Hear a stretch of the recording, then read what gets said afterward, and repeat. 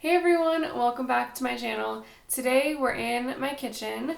I'm right here by these windows in my little dining nook, so if my neighbors walk by, they'll see me with lights on me, recording myself on a camera, but it's a risk I'm willing to take because you guys gave me questions on my Instagram yesterday and I want to answer them for you here. They're on my computer, so let's hop right in. Oh, I thought I should mention also, there were a lot of questions, and so I decided to split them up into some separate videos.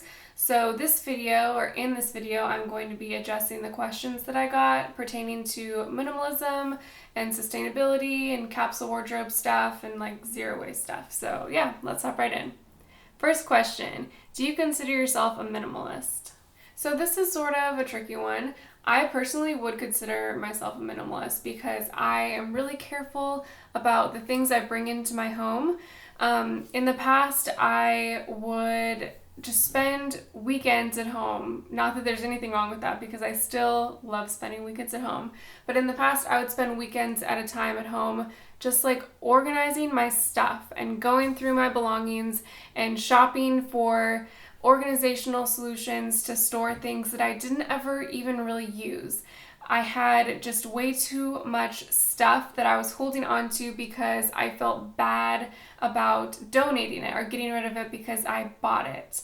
So I had a really unhealthy relationship with stuff and shopping. And so now I only keep things that I use often, things that bring me joy. I know that sounds weird, but it's true. Like, it's such a freeing feeling to not have to keep a bunch of clutter around because you feel like you're supposed to have it. So I would consider myself a minimalist in that way. I do, however, love thrifting. I have, you guys have seen my organization video of my green cabinet in our bedroom. It has stuff in it. It's not by any means like a stark, clean, black and white space. That's not my style.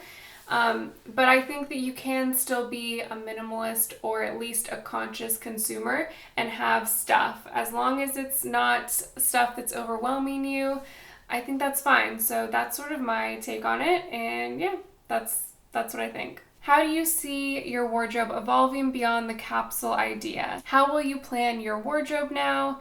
Could we see a sneak peek of your wardrobe organization? I'm new to the minimal/capsule wardrobe idea, but I like the simplicity of it and the conscious consumer side of it. So yes, if you guys missed it, I talked about this in my last vlog. I think it was my last vlog.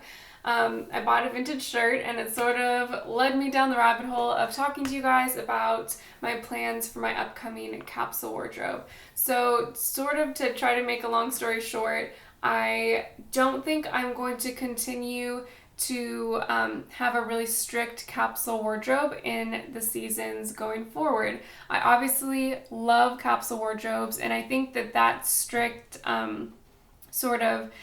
that strict idea of a wardrobe and not shopping for 3 months at a time and having a really small wardrobe is what freed me from my shopping addiction and my, unhealthy relationship I had with shopping. That being said, almost 2 years later, I don't feel like I need those very strict rules anymore. I think that I can go into a store, a thrift store, and, look for a piece that I have on my, like wish list or whatever that I keep on my phone. And if I find it, no matter what season it is, I feel like I can buy it and add it to my wardrobe and not have problems with it the way that I used to have problems with shopping, if that makes sense. So going forward, especially also I should add, living in Southern California, I don't think it's super functional for me to have my clothing packed away because we don't really have defined seasons here. I could be wearing shorts in February and I feel like I just need to have all my clothes out so that I can get use out of all of them all throughout the seasons, if that makes sense. So going forward, I'll do like an official video about this when I decide what this is actually going to look like for me. So again, this is like relative for everyone, right? But my wardrobe will always be on the smaller side. It'll be filled with thrifted stuff and stuff from brands that are sustainable and, ethically made clothes. So don't worry about that. Like, nothing huge is going to change. I'll still share a lot about my fashion stuff on this channel, but it just might look a little different. So stay tuned for that. I'll definitely do a video about my wardrobe organization and kind of like the move from the really strict capsule wardrobe to a more fluid capsule wardrobe. What are your top 5 easiest things to do for a person who is just starting to become more sustainable? That's a great question. Obviously, sustainability is like a really large umbrella term for a ton of different like avenues, things that you can do. But my top 5 tips are: number 1, buy less and look for things that are package free. Number 2, look at the things you're throwing away. This can be a really powerful exercise. For me, I was throwing away tons of disposable cups and disposable cutlery. So that was the first thing that I really tried to change and to implement in my own life, was to always have my reusable coffee cup with me and reusable cutlery and like a cloth napkin or whatever, because those are the things that I was throwing away a lot. So if you can look at your trash and see what disposables you're throwing away, you can really try to make strides from there to start using reusables that'll really make an impact in your life. Number 3, turn off lights and unplug electronics that you aren't using. Number 4, make sure you're using your recycling program correctly. Not all curbside recycling is created equal. Some cities accept thinner plastic, some don't. You might have to find a separate recycling program for things like that. And always make sure you're completely rinsing out your food containers before you put them in the recycling, because if there's food still in those containers, they can't recycle them properly. And number 5, thrift and don't support fast fashion, because it's the second largest polluting industry in the world. And then Number 6, which is like a bonus, is walk places if you can, and definitely carpool if you can. How to live sustainable on a budget, how to save, and what things to invest in, and how to encourage your partner to live that way as well. I've actually saved a lot of money living this way. A couple examples of this are: a plant-based diet is a lot more affordable than a diet that's high in meat and dairy. Shopping in the bulk section is going to save you money also, because you're not paying for the packaging of your products that you're buying there. It can also be really cost effective to grow your own stuff. So for example, if you were to buy organic herbs in the grocery store, first of all, they're probably wrapped in plastic and they're usually really expensive. So I would recommend, if you have the space or the time, to just pick up a few potted herbs, just of the ones that you use a lot in your own kitchen, and that'll save you a lot of money over time. Also, eating a diet that's just filled with really simple whole food ingredients is going to end up saving you money. And when I shop, I always make sure that when I'm buying something like cilantro, for example, I am making recipes throughout the week that I can use cilantro in. That way, I'm not throwing my money away at the end of the week when I don't end up using the entire bundle of cilantro. So keep that in mind, especially if you're buying local and fresh ingredients. Make sure you're using them all so you're not just throwing your money away. And then when it comes to things to invest in, produce bags are a huge one, but you can obviously make those yourself. And then for me, investing in a coffee cup to use when I'm out and some utensils has been major, but also you don't need to buy those new. You can just use a coffee cup that you have at home or your utensils that you have at home and a dish towel or something. You don't need to go out and buy new things to live a more sustainable life. Just use stuff you already have. And then when it comes to sharing with your partner, that can definitely be hard. For me, I never like to tell people what to do, and I hope that I never come off that way on this channel, like telling you guys what to do. I hope that I just you guys can just think of me as a friend that is just talking to you about things that I do in my own life. But anyway, when it comes to trying to share this lifestyle with others, I would encourage you to just live the way that you want to live and show them how easy it can be. I wouldn't necessarily recommend pushing anything on anyone because I don't think that's what makes lifestyle changes stick. But I think just sharing with them the benefits, maybe like staying up to date on news with them when it comes to things like sustainability, or watching documentaries with them so that you can sort of like grow together when it comes to like your love of the environment or just wanting to live a more sustainable life. I would say try that as opposed to like trying to just push your beliefs on them. When did you decide to start living a low-waste lifestyle, and what are some challenges that you still face today? So I honestly didn't start living this way until Nick and I got married and we had our first place together.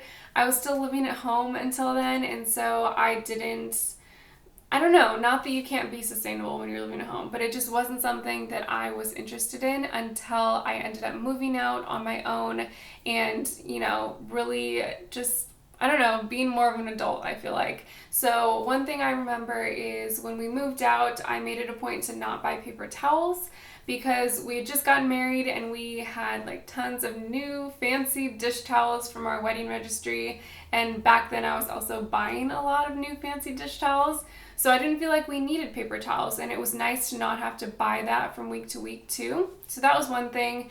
And that was also when we really started taking recycling seriously. But other than that, we didn't focus on really eliminating our waste and using less plastic until maybe a year later, until we moved into our next apartment together. So this is all probably like 2.5 years ago maybe. So it's still relatively new, right? For me, it's not like I've been doing this forever, but it's something that I'm super passionate about now. So although I'm not completely zero waste by any means, it's something that I think about a lot, and it's something that I make strides towards on a daily basis. And I think that's what's really important. And when it comes to challenges, I would say the thing that would bother me the most, so I'm really bad at planning ahead. I don't know if you guys know this. But it would really bother me when I would be out, maybe like doing something on the weekend, or if we were doing something together, and then we would just spontaneously like go to the grocery store to get something, and I wouldn't have any of my stuff with me. And so I would get really frustrated, when it came to shopping at the grocery store, because we didn't have like a system, I guess, for grocery shopping. But I realized that this could be fixed really easily by just keeping all of my grocery stuff, all my produce bags and tote bags in my car at all times. So now what I do, when I come back from a grocery trip, I, obviously like wash my produce bags and stuff. I'll fold them up. I'll put them in my little grocery basket that I use at the grocery store, and I'll just stick all of that in my car. And that's been really nice because obviously I don't use all of the bags that I have in my car for every grocery trip because I have a lot of them in there. But it's nice to know that I have what I need in my car pretty much at all times. So if I need to run to the grocery store to get something, I don't have to worry about, what I'm going to put it in, because my stuff's always in there. So I would highly recommend doing that if you guys are struggling with, your shopping habits. Would you say trying to be zero waste is more time consuming on your day-to-day life? So at the beginning, I would say definitely it is, especially when I not first started, but at the beginning of my zero waste, especially my zero waste grocery shopping, I would shop all the time with glass jars, and I honestly don't do that anymore because it takes too much of my, a lot of people do it and it's fine, but for me, I've found over the months and over the past year that just shopping with produce bags and smaller bulk bags is perfectly fine for me. So, but going back to the question, is it more time consuming? It was at the beginning, totally. But if you think about any lifestyle change, like deciding to go to the gym or eat healthier or do whatever, it's gonna take up more of your headspace at the beginning because it's a new thing that you're doing. So at the beginning, I thought about it all the time and it was like this big thing and, you know, whatever. But now it's just like what I do. I don't have to question, you know, like, am I gonna get a plastic grocery bag? No, I'm not. It's not even a question. I have my stuff with me and it's really not a big deal anymore. I do still need to think about some things, obviously, when it comes to different products I buy, but for the most part, I don't need to think about it as much as I did at the beginning. I love that you want to live a more sustainable, eco-friendly life by choosing not to support fast fashion, and nearly all of your wardrobe pieces are thrifted, but I'd love your thoughts on the new expansion of the fashion companies that strive for a more fair trade and sustainable image. Would you purchase something new if it were from one of these companies? Or do you think you would continue to thrift? That's a great question. Yes, most of my wardrobe currently is thrifted. Actually, all of my new stuff is thrifted that I haven't held on to from, you know, before all this started. And yes, I definitely would support companies that are sustainable. I would definitely do my research to make sure that they're not just a sustainable image and it's not like greenwashing. All that aside, I totally would support companies like that, and I do. For example, my underwear and my socks are from a really cool sustainable company called Pact. One of the reasons that I thrift right now is because it's honestly what's most cost effective for me.